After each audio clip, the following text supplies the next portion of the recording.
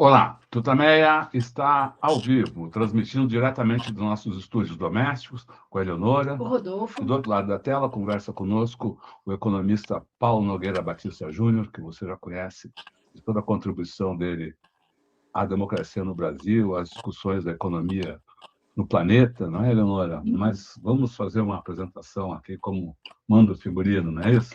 Paulo Nogueira Batista, muito obrigada. Você está aqui no Tutameia, nesse 30 de julho de 2026. É uma honra poder falar com você. A gente estava com saudade aqui de conversar com você.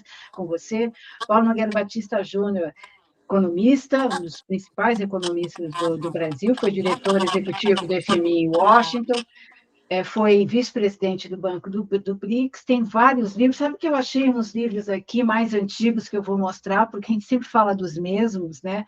A Economia Como Ela É, esse aqui é antigo, hein? O Brasil e a Economia Internacional, e vou falar dos que a gente sempre fala aqui, que é o Brasil não cabe no quintal de ninguém, que é uma palavra de ordem hoje, mais do que um título do livro, é uma palavra de ordem hoje, e o mais recente, o Estilhaços, que a gente conversou aqui também. Paulo, eu vou começar te perguntando sobre essas ameaças, né, ataques dos Estados Unidos ao Brasil. A gente viu anteontem o governo Trump reafirmando todas aquelas loucuras que o Brasil é uma ameaça aos Estados Unidos, o judiciário. O governo Trump já disse que o Lula é muito perigoso. O governo respondeu ontem à noite a essas barbaridades aí do governo dos Estados Unidos. Qual é o grau de interferência que a gente deve esperar dos Estados Unidos nessa eleição?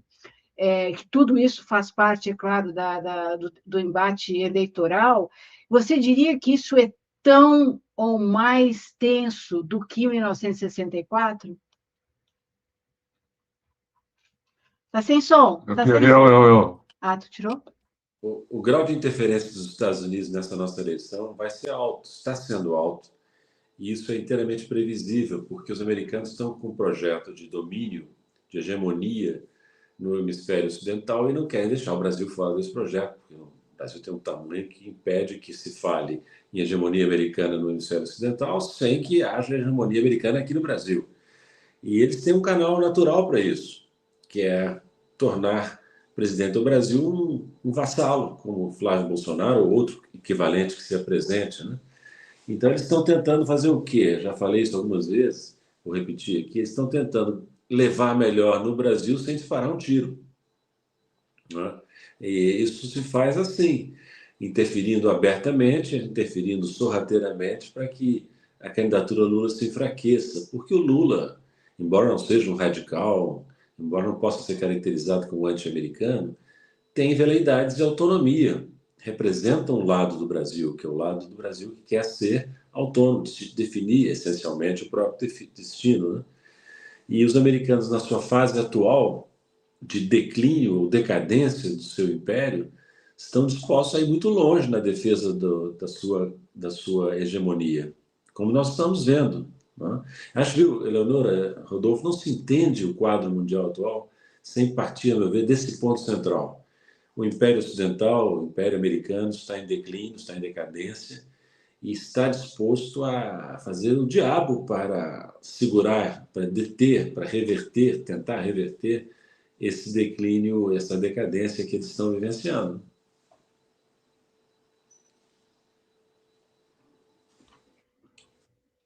Paulo, como a Eleonora falou, o que se vê hoje das ações do Trump me parece, à luz da história, talvez eu esteja errado, mas uma ação não vista antes. Mesmo em 64, as articulações norte-americanas foram por baixo dos panos, na diplomacia, mesmo colocando lá a Quarta Frota à margem, mas digamos, no período anterior ao golpe, elas foram articulações talvez semiclandestinas, não sei se é a melhor palavra para isso. Hoje, Trump parece fazer um verdadeiro fogo de barragem, né? fazendo afirmações, afirmações, afirmações contra o Brasil para justificar ações ainda mais poderosas durante o período eleitoral. Está certa essa avaliação? Está errada? Está exagerada? Acho que está certo. E realmente não respondi ao ponto que vocês haviam levantado anteriormente, que é a comparação da situação atual com 64 do ângulo da intervenção americana. Há muitas semelhanças, vocês destacaram, algumas. Há também diferenças. Por exemplo, eu diria que hoje os Estados Unidos são mais fracos, menos poderosos, menos influentes do que é no Brasil, do que eram em 64. Em 64, eles estavam tentando ajudar a derrubar um governo que tinha se isolado, que era o governo Goulart. Hoje eles estão enfrentando um líder político experiente, que é o Lula, que, longe de se isolar, ampliou sua base de sustentação, incluindo nela vários elementos de centro-direita, direita, pedaços da elite brasileira, entende? Então, o Jango era muito mais vulnerável a uma intervenção americana e seus aliados domésticos do que é o Lula. Não que o Lula não seja, não que o Brasil não seja, os Estados Unidos não podem ser subestimados, mas eles estão em declínio. Esse declínio se manifesta de várias maneiras, Rodolfo. Se manifesta, por exemplo, na perda quase total, eu diria, do soft power americano sob Trump. Ele já vinha sendo erodido, desgastado antes, mas o Trump chegou lá e resolveu escancarar. Então, ninguém mais hoje acredita nos Estados Unidos enquanto sede de valores positivos para a humanidade.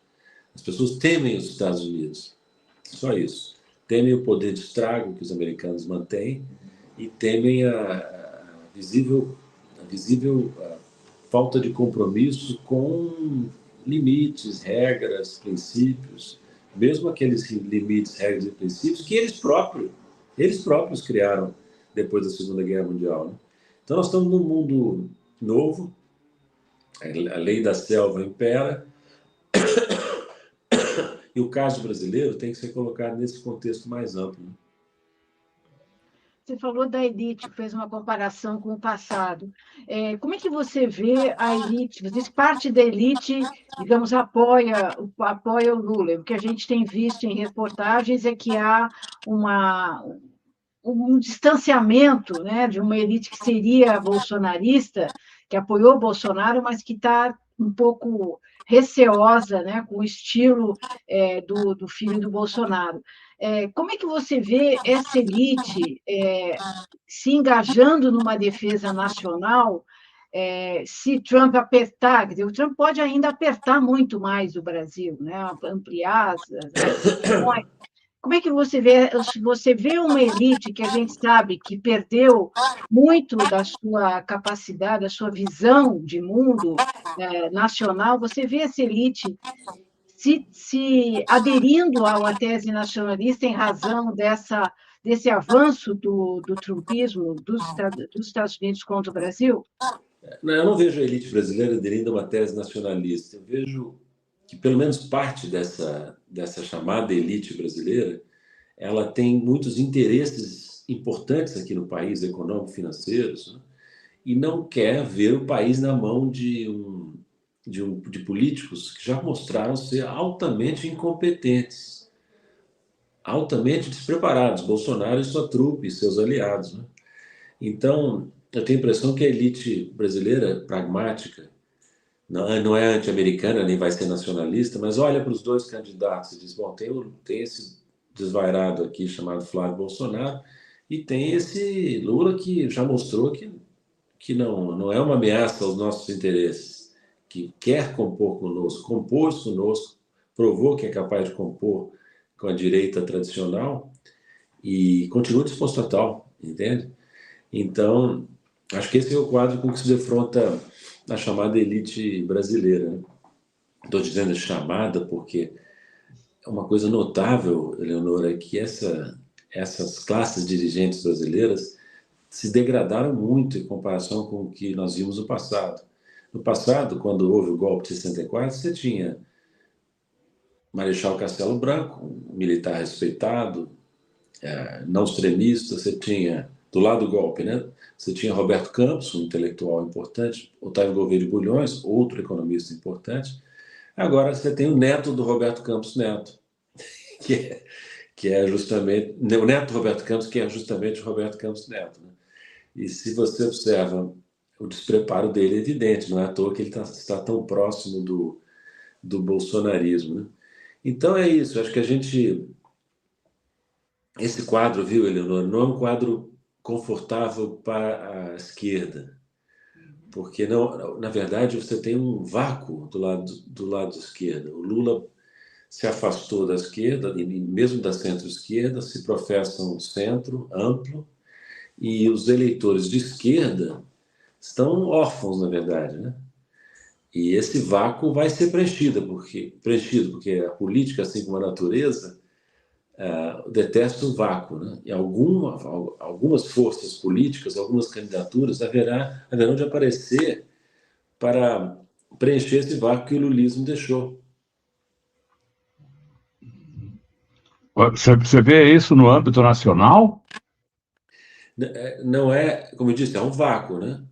Mas deixa eu só dizer uma observação, assim, como pessoa de esquerda que já não se sente representado pelo lulismo, mas que vota no lulismo para evitar o desastre do bolsonarismo, eu vou procurar ver, se possível, no primeiro turno, candidatos de esquerda que, embora pouco expressivos, mereçam um apoio no primeiro turno, não é? Então, ver quem são os candidatos a governador, a senador, a deputado do âmbito da esquerda, né, que possam merecer um voto de esquerda mais do que o campo lulista frequentemente merece, entende? Paulo, falando dessa situação brasileira no confronto com os Estados Unidos, você tem sempre levantado em uma questão central, a questão militar.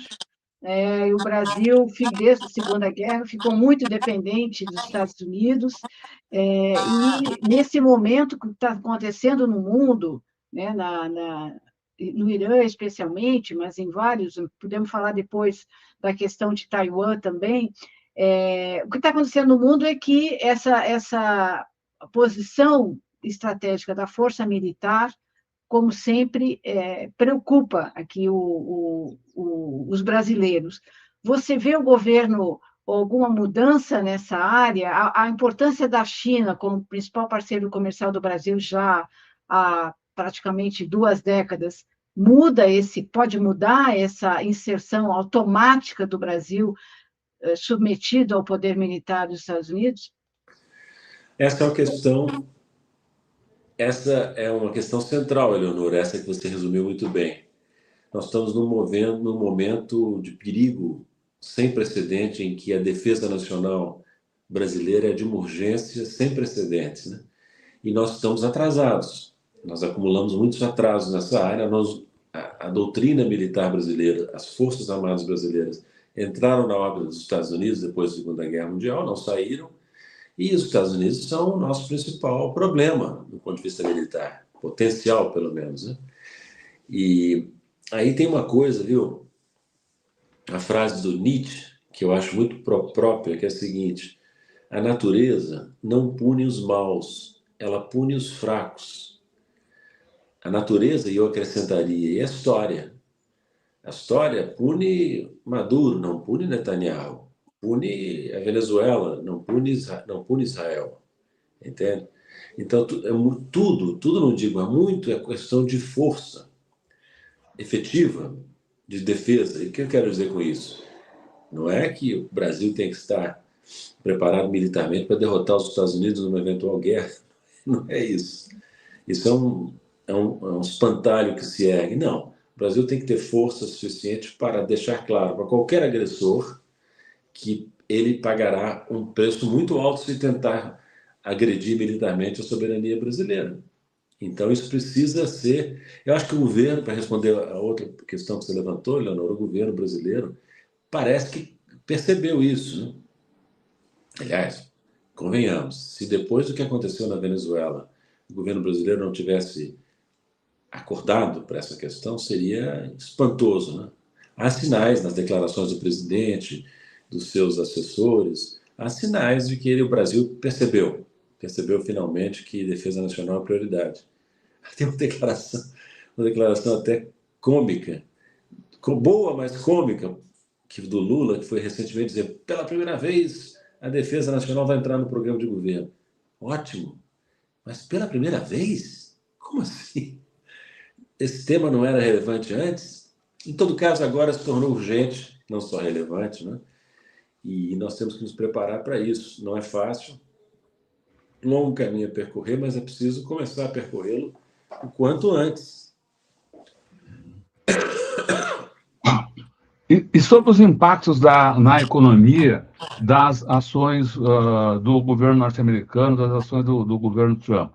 Ele manteve, né, aumentou e daí e confirmou a tarifa de 50% para o Brasil, que, por sua vez, tem como principal parceiro comercial a China. Como é esse xadrez econômico? As principais ações econômicas do governo Trump contra o Brasil foram no campo do comércio exterior, no campo das tarifas de importação, né?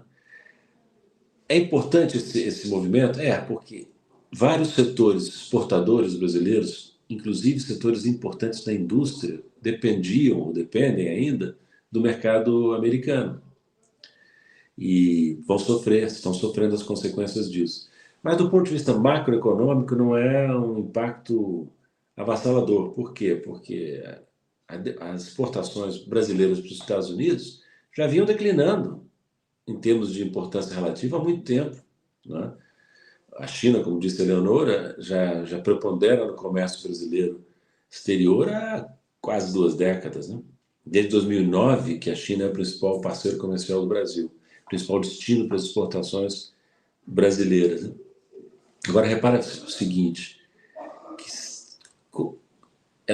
duas coisas, né? A exportação como um todo não é preponderante numa economia continental como a brasileira. E a parcela que corresponde aos Estados Unidos está em torno de 10%. Então, o impacto macroeconômico é pequeno. Mas há um impacto qualitativo muito importante que não pode ser subestimado. É que, diferentemente das nossas exportações para a China, que são sobretudo de produtos primários, soja, minério de ferro, petróleo, etc., as exportações brasileiras para os Estados Unidos são muito mais diversificadas. Um peso maior, né, nessa pauta para os Estados Unidos, dos produtos industrializados.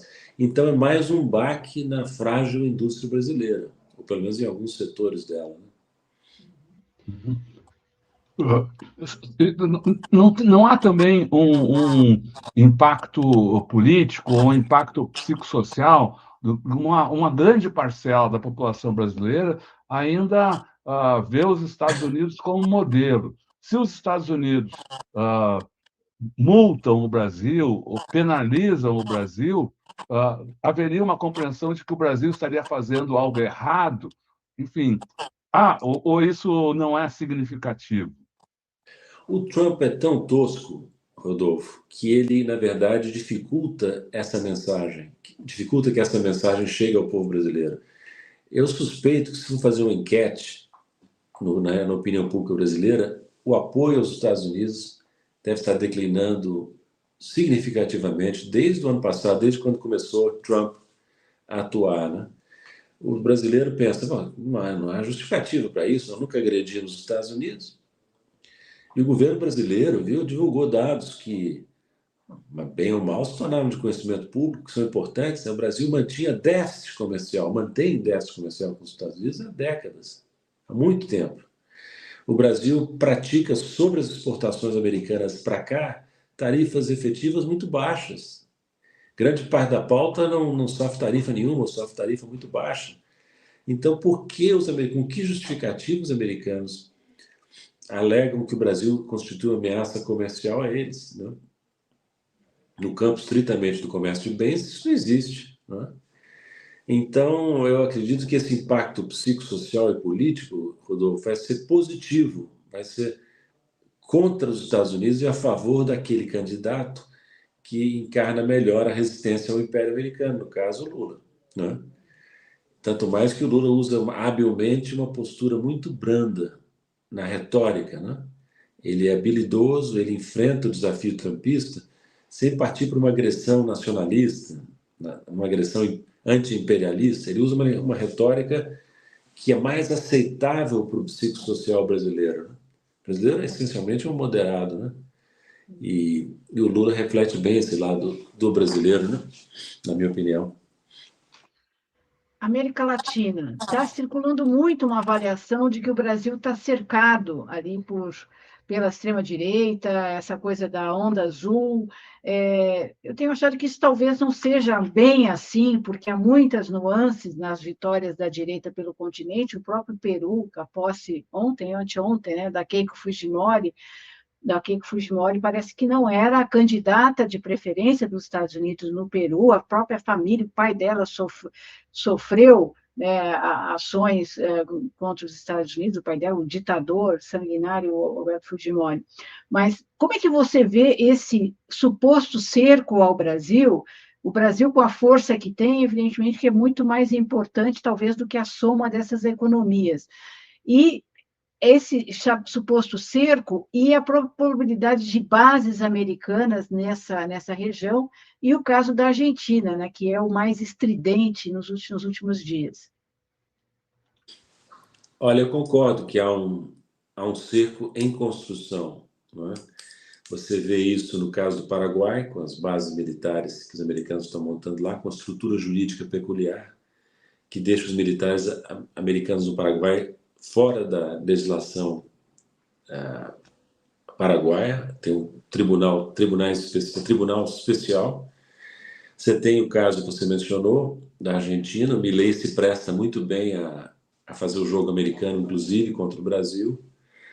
E de fato, se você olhar as duas eleições importantes, recentes, que ocorreram aqui na nossa vizinhança, não correram bem do ponto de vista do nosso ponto de vista. A Colômbia, o candidato do Petro foi derrotado por pouco, e no Peru, o candidato do Castilho também foi derrotado por pouco, né? Agora, contra isso, tem que também perceber que há uma força gravitacional que impede essa onda azul de prosperar plenamente. Você mencionou o caso da Keiko Fujimori. O Peru, por exemplo, também o Chile, são países que dependem muito da relação com a China. Xangai, é o Porto. Pois é. Eles estão no Pacífico, comerciam muito com a China também, né? Mais do que outros países. E eles não vão querer, para agradar americano, romper laços, reduzir laços com a China. Isso vai afetar negativamente as economias e também os interesses econômicos peruanos e chilenos, entende? E se você olhar mais amplamente, não é só o Brasil que está numa órbita própria. Você tem Cuba e Nicarágua, países pequenos, mas que resistem ao império. Você tem México, não vamos esquecer. A Cláudia Sheinbaum é a política latino-americana mais impressionante no momento. Ela acabou de anunciar uma política tarifária protecionista corajosa particularmente porque é adotada no México, país que está ali na dependência muito próxima dos Estados Unidos. Então, fazer isso a Cláudia também se dispôs a moderadamente, pontualmente, desafiar o embargo contra Cuba, coisa que o Brasil não fez. Então, se você compara Cláudia se você leva em conta Cláudia Sheinbaum no México, Brasil, Cuba e Nicarágua, as resistências que haverá fatalmente a uma tentativa de deslocar a China completamente da América Latina, você vê que a onda azul tem seus limites também, né? E se o Lula vencer aqui, vai ser muito importante. Não quero ser arrogante, mas vai ser mais importante do que as derrotas da esquerda no Chile e no Peru, né? Na Colômbia. Na Colômbia e no Peru. Só lembrando, o Brasil mandou para Cuba carregamentos humanitários, né? Acabou de sair 2 aviões, se não me engano, de leite em pó para Cuba. Não foi o petróleo, mas, enfim, só para dizer, o Brasil alguma ajuda humanitária para Cuba deu na atual situação. Sem dúvida, mas é justo, Rodolfo, dizer, me parece, que o apoio do México foi maior. Sim, é verdade, isso é verdade. O Brasil poderia peitar a coisa lá na Bolsa de Nova York e enviar o petróleo. A Rússia mandou um navio e o segundo não conseguiu entrar, parou no Haiti.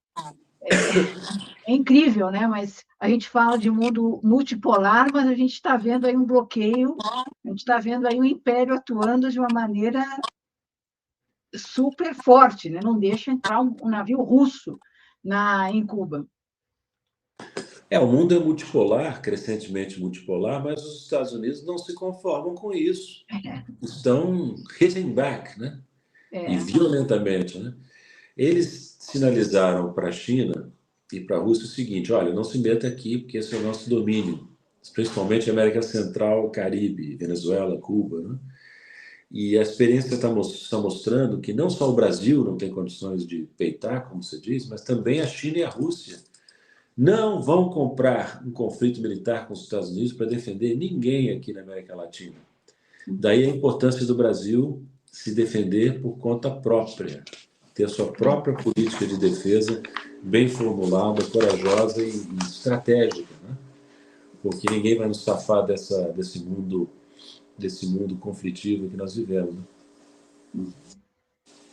Esse mundo conflitivo que nós vivemos, a gente está vendo a situação ficar cada vez mais tensa, né? Seja no Irã, seja agora envolvendo a Arábia Saudita. A gente tem as movimentações da China fazendo exercícios ali em Taiwan. Como é que você está vendo esse cenário de uma forma mais global acontecendo? Você vê a gente caminhando para uma guerra mais aberta, ou isso vai ficar restrito a uma guerra de posições nessas regiões? Evidentemente que nós já estamos caminhando para uma guerra mais aberta entre o Ocidente e seus inimigos, né? Há 3 países que resistem ao Império fortemente: a Rússia, a China e o Irã. O Império, além de decadente, comete erros estratégicos, no meu modo de ver. Ele atuou de maneira a hostilizar, falando agora não do Trump, mas já dos seus antecessores. Os Estados Unidos abriram 3 frentes ao mesmo tempo: Irã, Rússia e China. Intensificaram a luta nessas 3 frentes e fizeram o quê? 2 coisas: não conseguiram prevalecer do ponto de vista militar e uniram China, Rússia e Irã como nunca. Ao mesmo tempo, olha o outro erro crasso, eu escrevi um artigo sobre isso recentemente, não sei se por acaso vocês viram. O outro erro crasso, esse já do Trump, foi adicionar a esse problema estratégico uma outra camada, que é hostilizar sistematicamente e agressivamente os aliados dos Estados Unidos, Europa e outros, né? Então, o bloco ocidental foi fragmentado no momento em que os Estados Unidos enfrentam 3 adversários poderosos, né? O mais poderoso, evidentemente, é a China, mas não se pode subestimar, como subestimaram os ocidentais, a Rússia e o Irã, né? São países admiráveis que estão lutando com todos os seus recursos para impedir que o império se estabeleça lá com o poder de fragmentação que ele tem, né? Porque o que é o império? Nesse império inclui, por exemplo, Israel, que é uma representação do Império Ocidental no Oriente Médio. O que eles querem? Eles querem derrotar e fragmentar o Irã, eles querem derrotar e fragmentar a Rússia, e eles querem, no mínimo, impedir a ascensão da China, colocar a China contra a parede. Esse é o projeto deles. Mas não estão conseguindo. Não estão conseguindo, estão fracassando, e o nosso risco, voltando ao Brasil, é que os americanos procurem compensar a falta de sucesso nessas 3 frentes com novas vitórias aqui na América Latina. Certo? Parece que é isso que ele está tentando, com vistas à eleição de novembro, né? Aos midterms. Ou é exagero pensar isso? Não, há um alvo, eu não sei, aliás, se é um alvo fácil ou mais ou menos fácil, difícil, que é Cuba, ali, na frente deles. O que aconteceu na Venezuela foi muito negativo para nós, né? Porque foi uma vitória espetacular dos Estados Unidos, sem custo. Não só sequestrou o presidente Maduro, como submeteu a Venezuela ao império. A Venezuela hoje é um protetorado dos Estados Unidos. A Delcy Rodrigues é uma... Como é que é o termo que se usava? É uma procônsul do império. E o vice-rei é o Marco Rubio, entende? Então, nós estamos numa situação muito delicada por força da Venezuela, que foi uma grande decepção. A Venezuela, ninguém sabia o certo, mas ninguém esperava, eu acho. Muito pouca gente esperava que a Venezuela caísse dessa maneira constrangedora, né?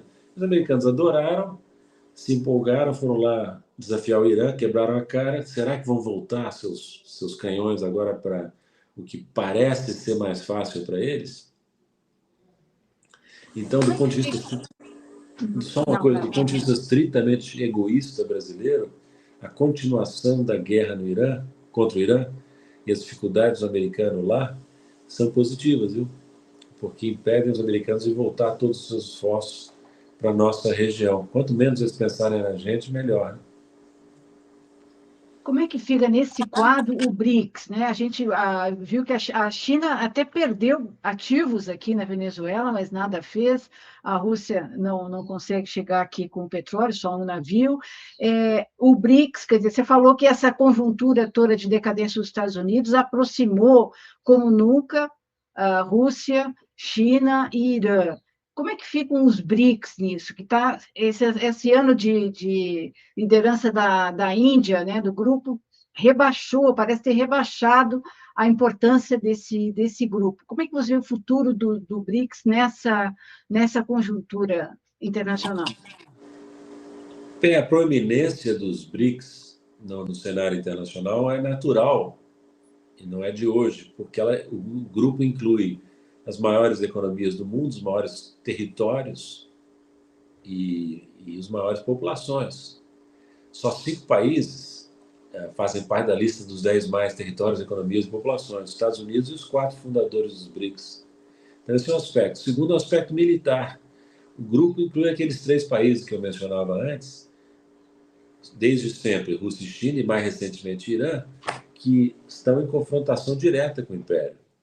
Então, os BRICS se tornam naturalmente uma referência para aqueles que temem e resistem ao Império decadente, mas ainda poderoso. Onde é que estão os pontos fracos dos BRICS? Vários, um deles você acabou de mencionar. A Índia. A Índia, por motivos que a gente pode discutir se vocês quiserem, ela tem sido Queremos. Tem sido um fator de dissuasão, um fator de desunião dos BRICS, sabe, nos últimos anos. Isso não é novo, isso se agravou. E além disso, você tem alguns países no grupo, novos membros, Egito e Etiópia, por exemplo, que dependem muito do Ocidente, que tem muita vulnerabilidade à influência americana, até porque tem programas com o FMI. Né? E, para minha surpresa, entrou para o grupo um país que não tem nada a ver conosco, que são os Emirados Árabes Unidos. Né? Então, o grupo que já era heterogêneo se tornou ainda mais heterogêneo. Né? E o principal problema é a Índia. A Índia, por quê? Porque ela entende, com razão ou sem razão, mas ela entende firmemente há algum tempo que a China constitui uma ameaça para ela. E aí eles seguem em relação à China aquela velha estratégia que os chineses seguiam desde os tempos imperiais. Eu prefiro um adversário distante, eu tento usar um adversário distante, no caso dos Estados Unidos, para me proteger de um adversário próximo, que é a China.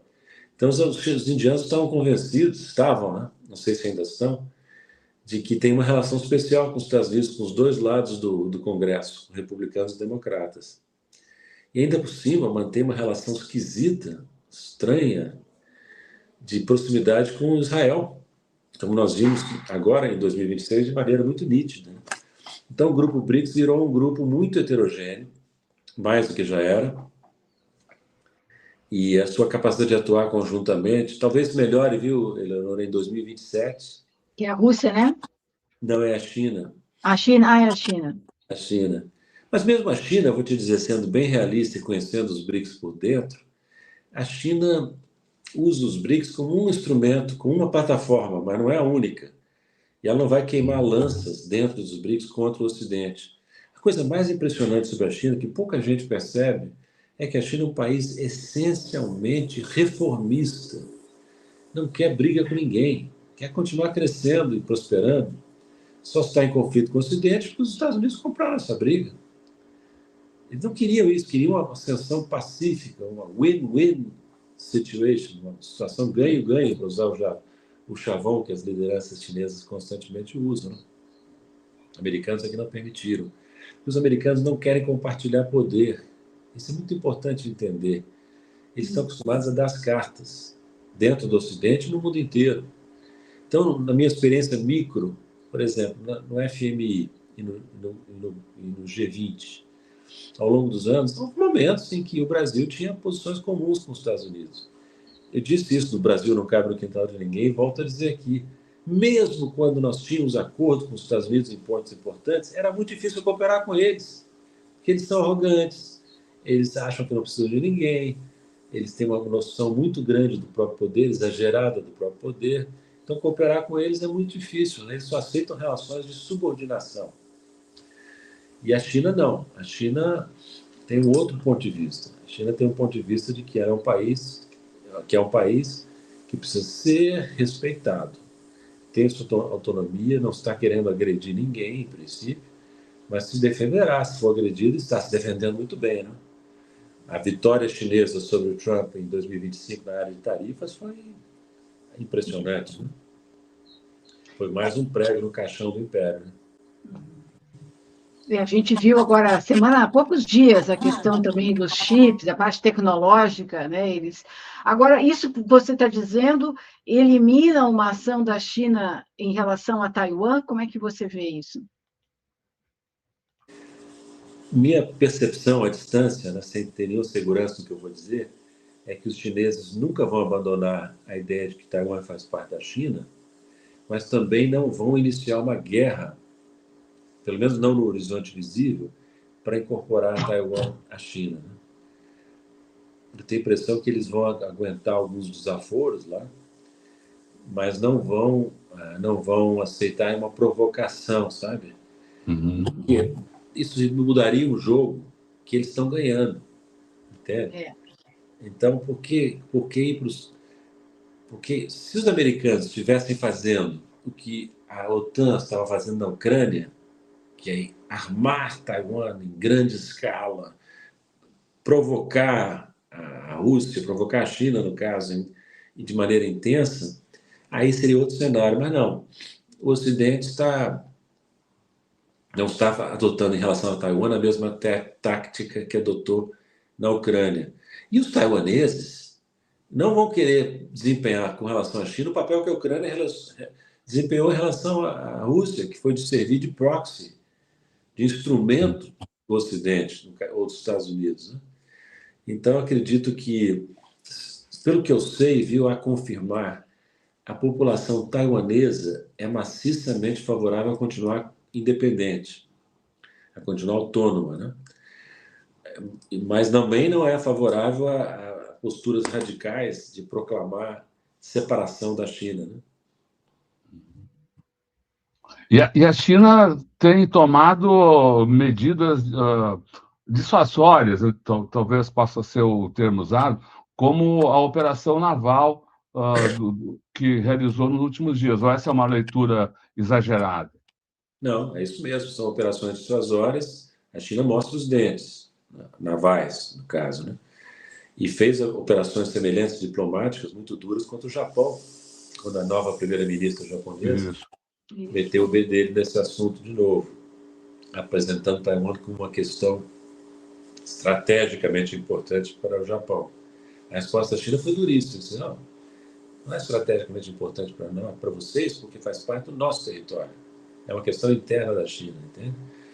Então, os chineses, meio contra gosto, né? Estão sendo arrastados para uma postura mais agressiva no plano internacional. Volto a dizer, eu vou até contar uma coisa para vocês, voltando um pouquinho a BRICS. Quando nós montamos os BRICS por volta de 2008, 2009, uma coisa me chamava atenção. Chamava atenção os russos, chamava atenção dos indianos também. A China era muito cuidadosa na nossa articulação conjunta, a ponto de passar a impressão de que preferia uma relação especial com os Estados Unidos, um G2, como se dizia na época, sacrificando, pelo menos em parte, a articulação com os BRICS. Mas por que não saiu o G2? Volto a dizer, por causa dos Estados Unidos. Os Estados Unidos não se colocam no mesmo plano de ninguém. Então não aceitaram colocar a China nesse pedestal. E a China foi obrigada, então, a retroceder. É uma interpretação minha, os chineses, evidentemente, nunca disseram isso, né? Mas a cautela chinesa era tal que a interpretação parecia até natural para os russos, indianos e brasileiros, né? O que você vê a Rússia nesse momento? Não, a Rússia está enfrentando mais dificuldades, talvez, do que pensava e do que muitos analistas ocidentais pensam para submeter a Ucrânia inteiramente, né? A guerra está durando mais do que previsto, está custando mais do que previsto. O avanço territorial está acontecendo, a Rússia está levando a melhor, mas muito lentamente, com perdas, né? Então, a Rússia, se pudesse, de novo, é a mesma coisa que a China, a Rússia não queria essa confrontação com o Ocidente. Se pudesse, chegaria a um acordo. Tentou, aliás, chegar a um acordo várias vezes. Aliás, tem uma coisa muito interessante que foi uma manifestação recente do Putin. Ele chamou atenção para o fato que, historicamente, olhando para os últimos 30, 40 anos, a Rússia queria se integrar à civilização ocidental. Lembram que a Rússia chegou a ser admitida como parte do G7, que virou G8, para alguns propósitos? A Rússia, em 2010, 2009, por aí, estava pleiteando a entrada na OCDE, coisa que o Brasil, na época, não estava pleiteando, nem a China, entende? Mas os americanos e os europeus foram tão hostis ao projeto russo de absorção, de integração, que a Rússia refluiu. A observação do Putin, nós pensávamos, we wanted to join a civilization, but we found out that there was no civilization to join. Nós queríamos ingressar numa civilização, mas descobrimos que não havia civilização na qual ingressar. Entende? E isso acho que continua verdade hoje em dia. Se os americanos... Você viu aquele famoso encontro na Alasca? O espírito de Alasca, o espírito de ancoragem, era algo que os russos recebiam bem. Aliás, eu estava na Rússia, num evento encerrado pelo Putin, quando o Trump foi eleito. E as manifestações do Putin no debate conosco, logo após, no dia seguinte da eleição do Trump, foram muito esperançosas. Eles realmente esperavam que o Trump conseguisse pacificar a relação com a Rússia. Esperavam mesmo isso, né? E o que deu errado? O que deu errado aí depois do Alasca? Foi a pressão da indústria bélica, os europeus? Porque o Trump também fez grandes declarações naquele encontro, a coisa parecia que estava se pacificando. E aí, de repente, ele reuniu todos aqueles primeiros ministros e presidentes da Europa e houve uma reação. O que deu errado? Eu acho que o Trump realmente tentou desativar essa guerra. Não foi só da boca para fora. E a oposição a isso veio dentro dos Estados Unidos, do complexo industrial militar, como você falou, do establishment neoconservador, e na Europa houve uma resistência muito grande a esse projeto de pacificação. O Trump acabou sendo outmaneuvered, né? A manobra que foi feita por esses interesses impediu o Trump de concretizar, apesar da boa vontade da Rússia, do Putin, né? Você sabe que na Rússia o Putin é criticado por ser brando demais em relação aos seus adversários ocidentais, aos seus inimigos ocidentais, né? Há uma crítica muito forte, pública, a isso. E o que eu não entendo, viu, para mim é um mistério, é a posição da Europa. A Europa fica cultivando umas fantasias que, no meu modo de ver, não tem base quanto à intenção imperial da Rússia. Eles ficam dizendo que a Rússia quer conquistar a Europa inteira, quer estabelecer uma hegemonia sobre a Europa. Eu não vejo evidências disso. Para que a Rússia vai querer conquistar novos territórios? Ela é o maior país do mundo em termos de extensão territorial. Muitos recursos não explorados. Ela está tendo dificuldades sérias para vencer a Ucrânia. Ela se disporia a enfrentar a Europa, o bloco europeu? Não acredito. Mas essa propaganda foi tão intensa que hoje o europeu médio acha que está sob ameaça da Rússia. E talvez isso reflita uma um atavismo histórico, né? As invasões russas que ocorreram no século XIX, no século XX, foram brutais, mas não vamos esquecer, elas foram uma resposta a uma invasão da Exato. Rússia. Não foi iniciativa, né? Não foi iniciativa russa. Então, eu tenho grande admiração pela Rússia. Eu acho que ela é linha de frente da luta por um mundo multipolar, assim como o Irã, assim como a China. E nós temos que observar com cuidado o que acontece lá, porque, do ponto de vista brasileiro, o que interessa é que Rússia, Irã e China prevaleçam contra a ofensiva do império decadente ocidental, né? Paulo, deixa eu aproveitar agora que a audiência vem crescendo, está crescente, para convidar todo mundo aqui para se inscrever no nosso canal, divulgar o jornalismo aqui do Tutameia, que é uma forma também de levar mais longe a palavra dos nossos convidados, dos nossos entrevistados. E já que a gente está no terreno aqui da internet, da informática, desse convite para derrotar o algoritmo que está cada vez mais limitando as plataformas democráticas nas redes sociais. Queria aproveitar para ver que você comentasse de novo a decisão do governo norte-americano de 2 dias atrás, que foi o início da nossa conversa aqui, mas naquela decisão, um dos itens da suposta agressão do Brasil aos Estados Unidos era o de violação de direitos de livre expressão de pessoas e empresas dos Estados Unidos, numa referência, imagino, à decisão do Brasil de não permitir o uso das redes sociais para operações criminosas, na verdade, seja contra a criança, seja tráfico, seja mesmo na política. As redes sociais e a política no Brasil e no mundo. É um tema complexo esse. Deixa eu só dizer, fazer um pouco de propaganda minha também. Eu tenho um canal no YouTube pequeno, mas Boa. Ali estão vários debates, palestras, vídeos de vários tipos, né? Convido os que estão nos ouvindo a visitarem o canal. As redes sociais, como nós sabemos, funcionaram como contraponto à mídia tradicional, democratizando o debate. Mas esse papel está sendo minado pelo que você mencionou, Rodolfo, que é a instrumentalização das redes, que é a intervenção dos proprietários das redes para minorar o efeito democrático, minorar o efeito crítico dessas redes, né?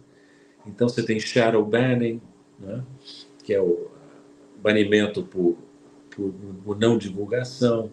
Você tem mesmo coisas mais radicais, como supressão de canais ou de contas que desagradam, por exemplo, o sionismo, né? E você tem a proibição integral de canais de mídia. Por exemplo, o YouTube proíbe a RT, que é o Russia Today, um canal importante da Rússia. Agora, recentemente, eu postei nas redes uma pequena entrevista que eu dei à RT. Aí uma brasileira que mora na Holanda... muito boa. Obrigado. Uma brasileira que mora na Holanda me escreveu: como é que eu acesso essa sua entrevista, porque aqui na Holanda eu não consigo. Me mandou a tela, dizendo: esse canal está proibido aqui na Holanda por violar nossas regras. E a proibição é assim, violar nossas regras. Que regras são essas, né?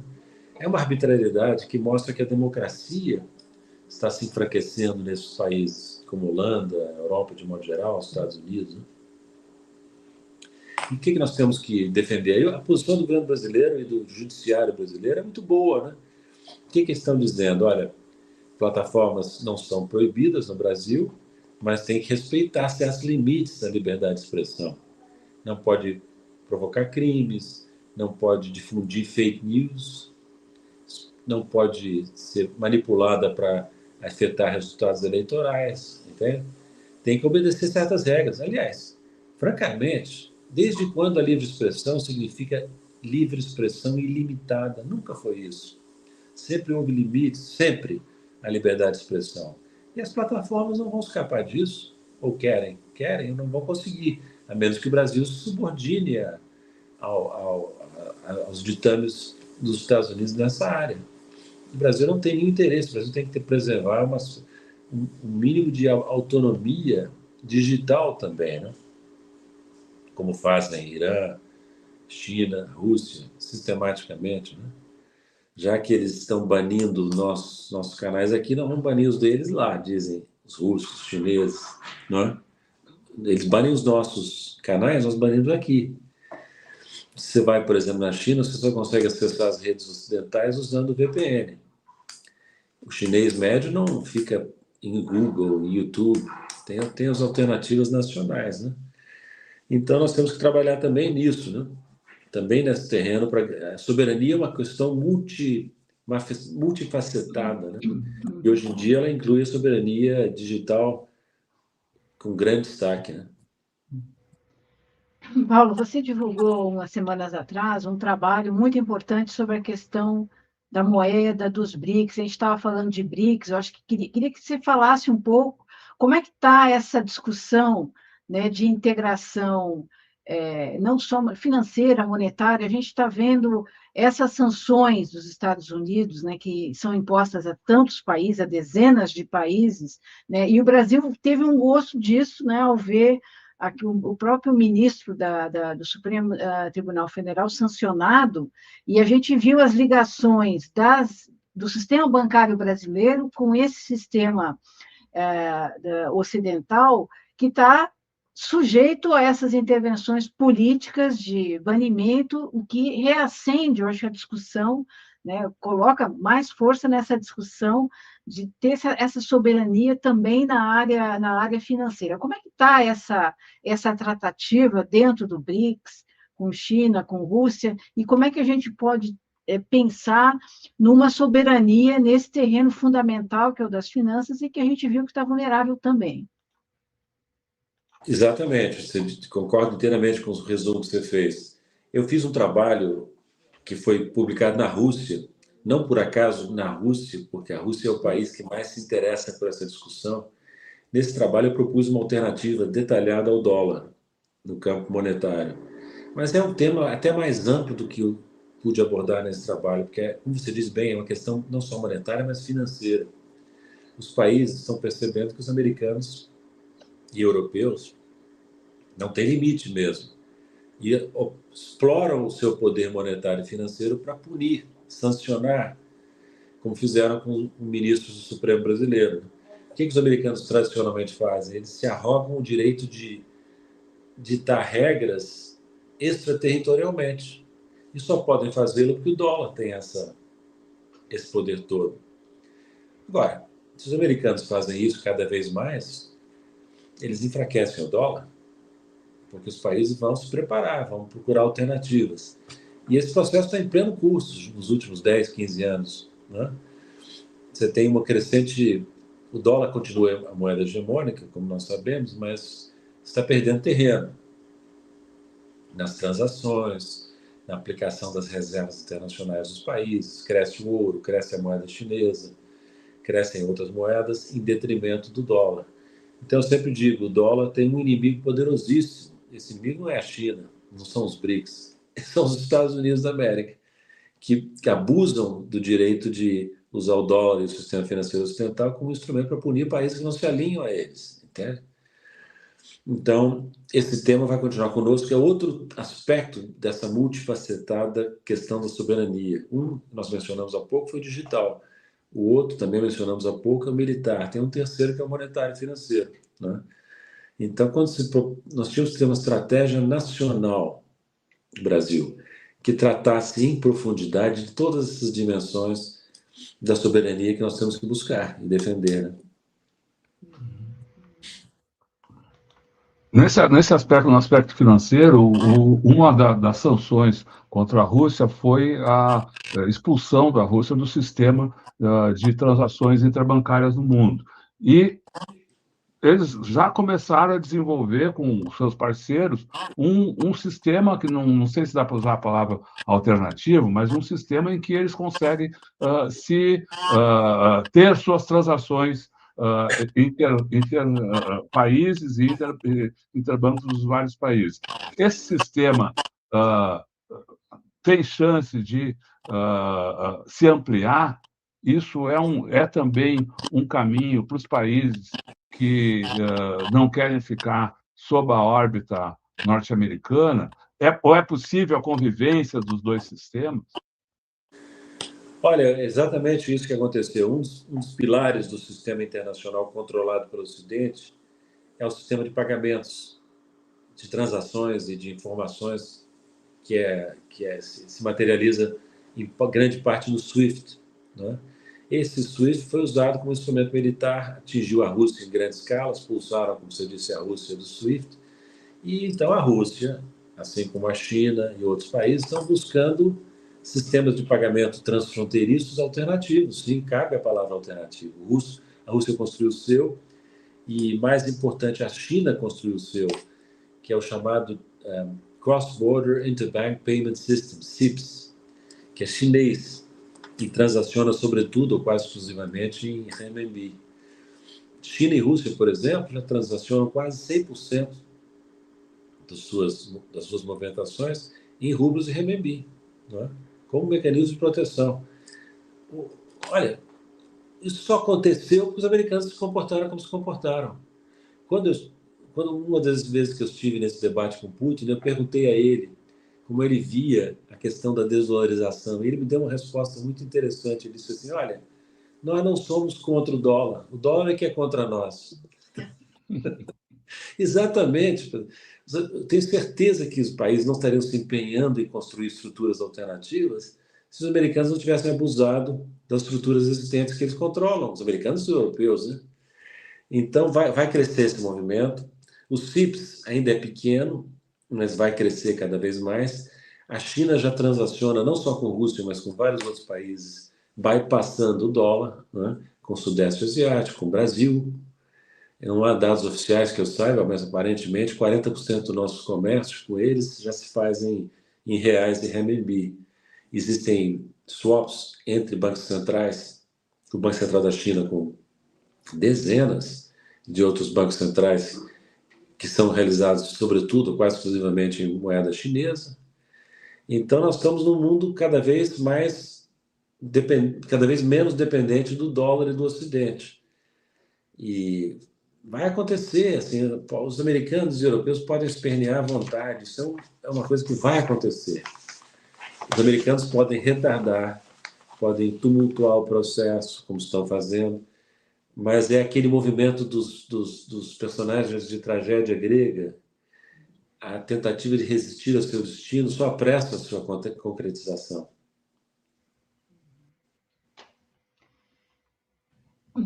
E o Brasil, você vê consciente e integrado a esse movimento, o sistema bancário brasileiro, ele está se preparando para isso ou ele está ainda num momento muito americanizado?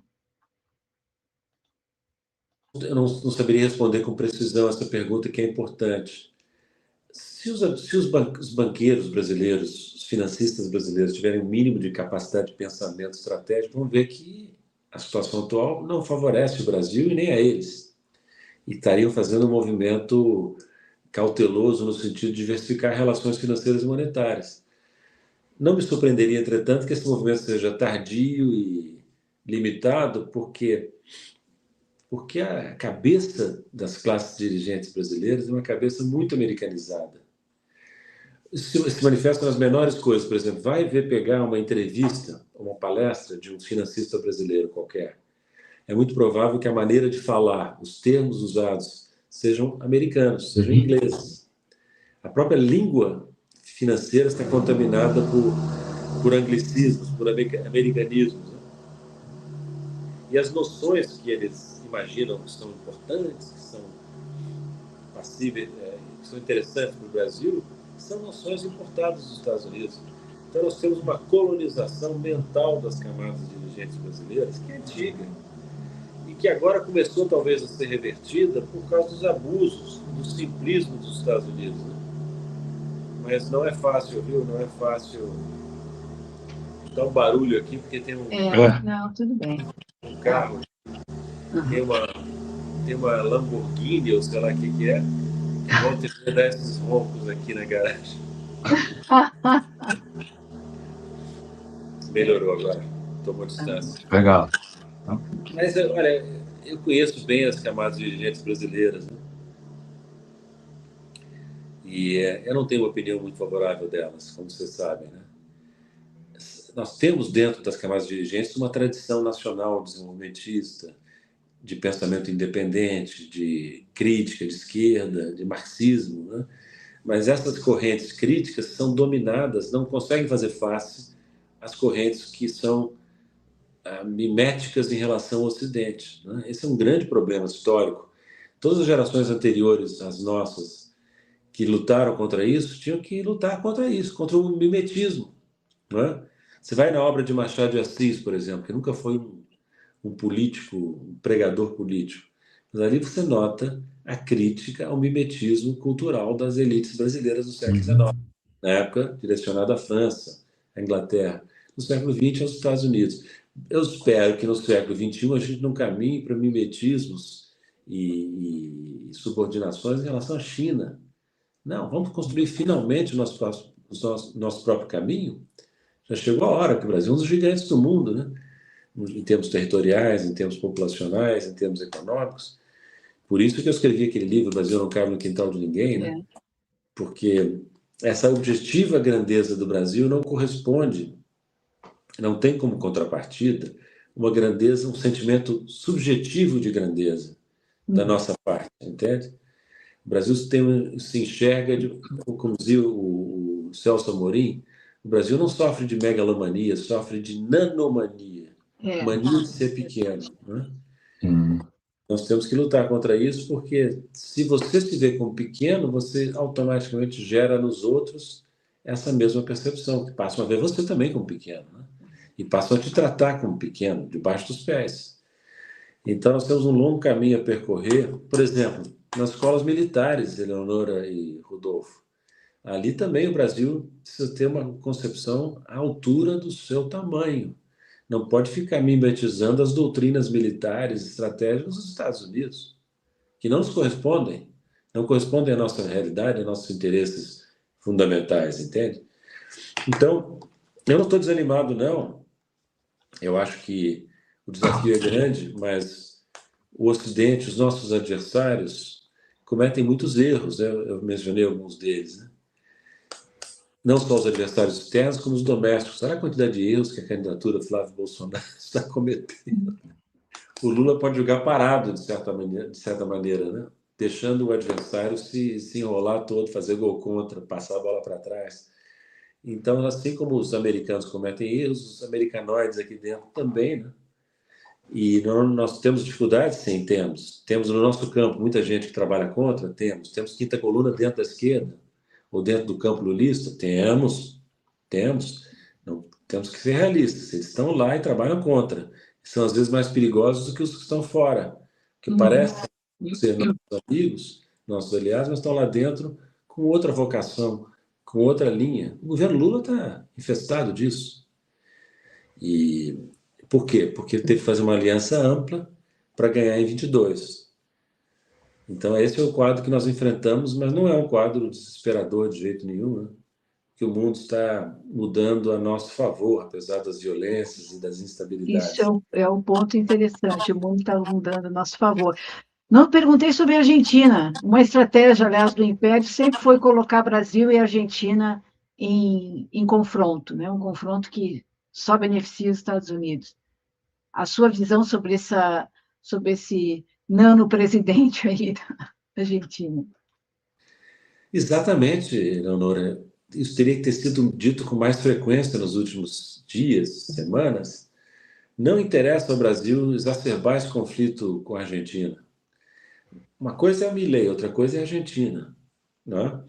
Na Copa do Mundo nós torcíamos não propriamente contra o time da Argentina, mas torcíamos para que a Argentina venha votar melhor. Não é verdade? A gente torceu pela Argentina, porque... Eu acabei torcendo pela Argentina também, vou te dizer. É. Considerações geopolíticas à parte. É. Eu acabei Ainda torcendo mais dando um pau na Inglaterra, né? isso foi ótimo. Espanha. Ainda bem na Inglaterra. Aquela faixa sobre as Malvinas. Né? Isso. Mas, enfim, o que é importante é o que a Eleonora disse. Existe um movimento do Império que é semear dissidências, semear discordâncias aqui dentro. Sempre fizeram isso. Sempre fizeram. Tem várias maneiras de fazer isso. Uma delas, perigosa para nós, são os Estados Unidos proclamarem liderança liderança brasileira na América do Sul. Nada, é uma pílula venenosa, porque coloca todos os nossos vizinhos contra nós. E agora estão usando o Milei, o Paraguai, para... Não me surpreenderia, viu? Não sei se já começou esse processo, que por influência americana, os paraguaios começassem a ressuscitar a temática da Guerra do Paraguai. Não me surpreenderia. É uma ferida que existe, né? Não é? Foi uma guerra muito danosa para todos os envolvidos, mas particularmente para o Paraguai. E não é difícil ressuscitar essa controvérsia. O que o Brasil deve fazer, no meu entender, não permitir qualquer tipo de batalha retórica com o argentino. Não ganhamos nada, absolutamente nada com isso, com a Argentina, com o Paraguai, com nenhum vizinho, nenhum deles. E insistir na tese que é cara à diplomacia brasileira, de que a América do Sul é uma zona de paz. Não, não enfrenta guerras há muito tempo. Aliás, essa zona de paz é uma faca de dois gumes. Né? Por um lado, nós queremos isso. Por outro, como ela já existe há muito tempo, o Brasil se acomodou, está acostumado a não enfrentar guerras desde a Guerra do Paraguai. E, portanto, não estava se preparando para enfrentar o desafio de um mundo como esse que nós temos hoje. Lei da selva, entende? Nossa história nos atrapalha, que ela é tão pacífica comparado com a de outros países, quanto a China, quanto a Rússia, quanto o Irã, quanto a Europa, etc., que nós ficamos acomodados e não sentimos a necessidade tão grande de criar mecanismos fortes de defesa. Isso se reflete até nas nossas elites, né? Que não veem a questão nacional como importante. Né? E, Eleonora, voltando à Argentina, uma coisa essencial na preparação militar brasileira é que nós tenhamos capacidade de mostrar aos nossos vizinhos que isso está contra eles. O Brasil não tem nenhuma reivindicação na América do Sul. O Brasil teria um propósito eminentemente defensivo em relação ao império cada vez mais agressivo, entende? Essa manobra é difícil, viu? Porque é difícil dizer, olha, estou me armando, mas não é contra você. Não é? Então, mas nós temos que fazer esse esforço nos amparando na construção positiva que remonta aos anos 80, Alfonso e Sarney, de uma pacificação. 40 anos ontem, 40 anos que eles assinaram aquele. Porque antes, as pessoas esquecem, né? Antes havia muito conflito entre Brasil e Argentina, nas décadas de 70, por exemplo. Houve muito conflito, né? Então, nós temos que manter essa orientação, porque, veja, por que os Estados Unidos são uma ameaça? Há uma razão muito objetiva. É o manancial de recursos naturais de caráter estratégico que o Brasil tem. A floresta amazônica, a biodiversidade, os minerais críticos, as terras raras, urânio, toda sorte de matéria-prima, terras agriculturáveis, tudo isso está aí, entende? Indefeso. Ora, os americanos não são tolos, eles percebem que nós estamos pouco preparados para o embate. E eles vão, se possível, conquistar o Brasil, sem, como eu disse antes, sem disparar um tiro, elegendo um vassalo. Mas se não conseguirem eleger o vassalo, eles vão fazer pressão. E nós temos que estar preparados psicológica, econômica e militarmente para isso. Isso mesmo. Isso aí. Paulo, a gente quer agradecer muito a sua participação aqui no Tutameia, agradecer também ao público que se reuniu para acompanhar essas reflexões aqui agora, ao vivo, e a todos que nos visitam a qualquer momento. A gente convida a todos e a cada um para que participem, para que se inscrevam no nosso canal. Hino do Paulo. Hino do Paulo. E cliquem na sinetinha para receber avisos de novos vídeos. A gente tem também o grupo Amigos do Tutameia, o link de convite para esse grupo está disponível na descrição desse vídeo. E agora, antes das despedidas, a gente volta a palavra para o nosso convidado, para que mande sua mensagem para o povo que está aqui com a gente agora, para quem visite o Tutameia a qualquer momento pela internet afora. Muito obrigado, Paulo. A palavra é sua. Eu que agradeço, Rodolfo, Eleonora, esse convite para voltar aqui para conversar com vocês e com a audiência de vocês. Eu valorizo muito os canais como os de vocês, Tutameia e vários outros canais alternativos, porque eles dão voz a opiniões que não estão presentes, ou praticamente não estão presentes mais na mídia tradicional. A mídia tradicional virou um partido único, que transmite uma única mensagem, basicamente. Isso implica mandar para a Sibéria todo um conjunto de vozes críticas, né? Entre as quais a minha, né? Mas muita gente. Todo o pensamento crítico, diria hoje, está na Sibéria. Não tem acesso à mídia tradicional. E nós temos idade, né, para lembrar que não era assim antes. Não era. A mídia tradicional era sempre dominada por uma visão conservadora, mas havia espaço nela para pessoas com visões críticas. Isso acabou. Então, sem o Tutameia, muita gente pensaria que pessoas como eu já estavam no cemitério, afastadas, e não existentes, né? E não, nós estamos ainda estamos aqui, e vamos continuar aqui. Eu agradeço mais uma vez essa oportunidade que vocês me deram hoje. Muito obrigada. É um prazer muito grande poder falar com você. Muito obrigada pelas suas palavras. Muito obrigada por tudo que você nos falou aí.